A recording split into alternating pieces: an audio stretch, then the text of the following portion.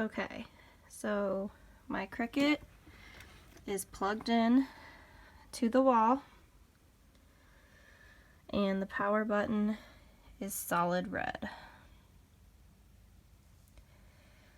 There's the ticket number, and I also wrote down the serial number in case you can't see it when I flip it over. I did order a new cord, so I will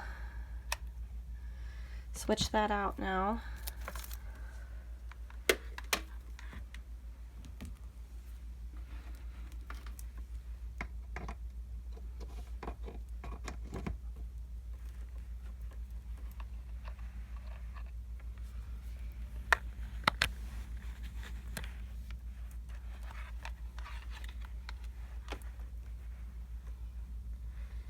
Green light, it's plugged in, still red. Again, here's the ticket number, the serial number.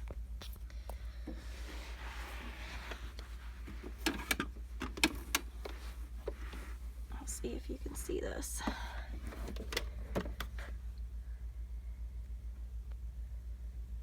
There's the serial number again.